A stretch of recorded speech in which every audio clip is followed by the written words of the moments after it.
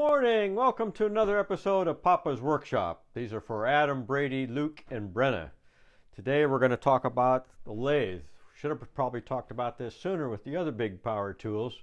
This is the last of the big ones, but we ought to wake up our sleeping assistant first. Hold on. There she is, sound asleep. You ready there, Molly girl? No treat again. Yes, that's a good girl. You gonna say hi to everybody? All right, well, you can go back to sleep. I'm gonna go to work. Okay, the lathe. The lathe is kind of a different kind of tool, power tool. All the others have a splitting blade or a cutter or a drill bit, and then you control the workpiece as it passes over or it's stayed in place when you're drilling a hole. But with the lathe, it's the workpiece that turns. So this would be our workpiece. This whole thing spins. And it's the tools that are stationary. This is the tool rest. This is the spindle in the motor. It controls the speed. This one you can do digitally, control the speed. Other ones you have to change the belt to get the different speeds, just like on a drill press.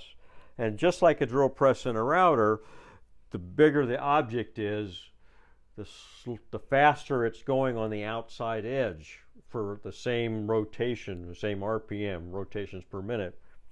So you have to be able to slow it down. Additionally, for a lathe, you have to be to slow it down when you start out with a square blank. You start out with a piece like this and you're going to turn it. You have to go slow until you get these corners knocked off. That's called the roughing phase. And then the shaping phase is a little bit faster. That's where you would do whatever to do these kinds of shapes here, and then you go even faster to do the finishing cuts, the smoothest cuts, and then your sanding would all be at a higher speed. So you need to be able to change the speeds. Like I said, that's the tool rest. This is this holds the other end of the workpiece, and it has. This is called the live center because it has a bearing in it. You can get them that are that don't spin. So you put a little bit of wax in there, and it burns the wood a little bit, but it'll still spin. This is nicer because it's smooth. And then you got a lock here. You can change that length if you've got a long spindle to do or a short spindle. And then this wheel, you can move it in and then you lock it. So I do mostly spindle work because I make furniture. So and they can be different sizes. You know, I did the fireplace. They were what, this big around. So that was on here, and then I just cut it in half to put the two halves on the fireplace. But that was done on this lathe. This is a roughing gouge. See, it's got a curve to it. So when you put it on the tool rest, you kind of lean it this way and then go that way, or you lean it that way and you go that way, and it cuts on that edge and throws the chips way out. So that's why I've got this screen back there, because it throws chips all over the place. And then you want to be wearing a face mask because it's going up in your face. And I usually wear a smock that has a tight neck on it so that I don't get all the chips down my shirt. Here's another bigger roughing gouge. These are made mostly just to get the square piece round. Then you can do the skew, and that's kind of held down lower, and it actually cuts on that edge just like a plane blade would. These are a little trickier to use because you have to rest it on this facet here, and then just barely cut. Otherwise, you lose control, and it'll dig in, and you'll get a big chunk out of your wood. So these take a lot of practice really to be used well. And everything comes in different sizes. This is a littler version of that same skew. Oh, actually, no. This is a scraper. Uh, Here's the smaller skew. This is a scraper, and the scrapers they go straight in, and they just see it comes to a point here that it's round. So this one you could scrape anywhere along this edge, but there needs to be a little burr on that edge, and it just scrapes on that. So this is for the finishing cuts. They have newer tools now that have carbide tips on them, and they do the scraping cuts, and they even do the roughing and the shaping with the scraping cuts, because the carbide is much tougher, and it doesn't dull like the high-speed steel would, trying to do the scraping all the time. I don't have any of those, but those tools are nicer. They're more expensive, but they're nicer for beginners because you only have to go straight in, and you don't have to practice with that skew, especially is really hard to get a handle on. And here's a finger gouge. It's got that shape to it. It's still got a point, and that would be used to do something like these. So you would get in there and be able to, and you kind of turn it as you go in and around that. So, and then you can get small versions of the same thing if you're doing little bitty stuff. And you can do other things other than spindles, of course. Here's an old chisel that I made a new handle for that matches my other ones, so you can make tool handles. Here's the ball for the deck balusters. Here's a little box, little round box, got a lid. Needs to have some finish put on it. A lot of people make bowls. I've not done that too much. This started out as green wood. Green wood is stuff that's freshly cut, so it's really wet. And it's so wet that when you're cutting, it throws water everywhere. The problem with that is that once you've got the shape like this, it will shrink and crack. So you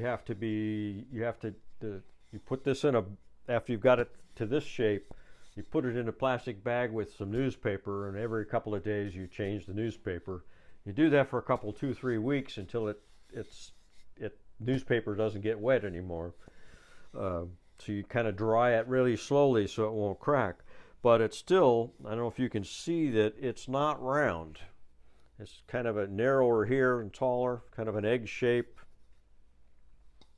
If you look at it close, you can see it, but and that's what happens is because the grain is going this way, it doesn't shrink as much as it did the other way. So that's why they do that. So now what I need to do is put this back on the lathe, and then I can fine tune it. I've got this thick so that I could go back and fine tune and make this a thinner bowl now that it's fully dried.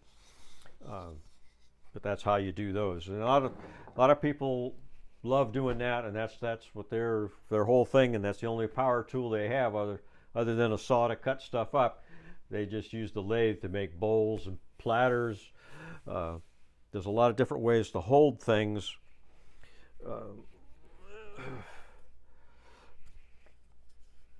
This is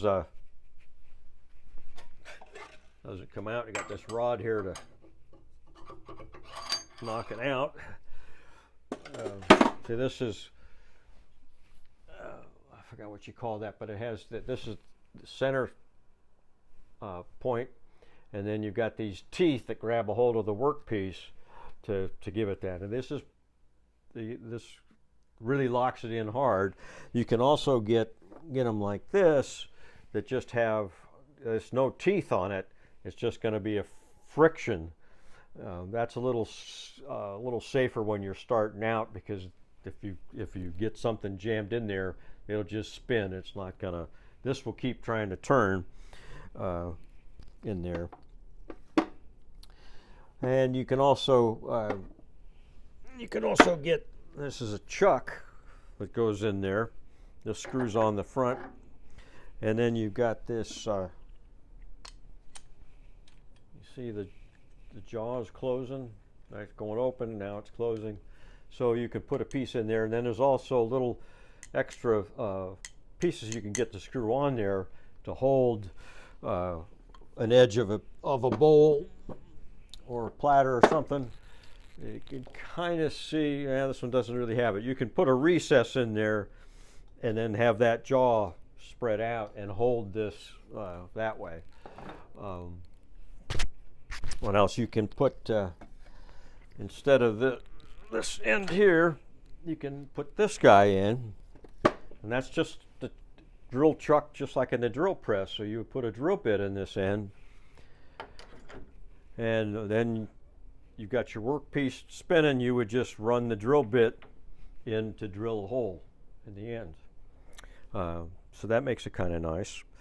And see, of course, the tool rest moves depending on what you're doing.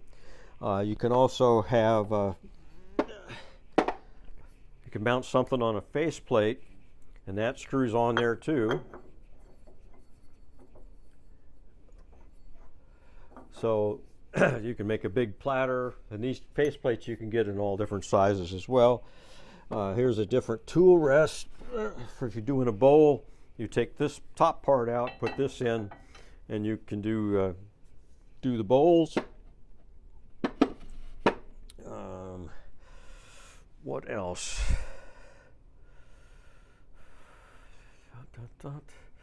I think that's about it.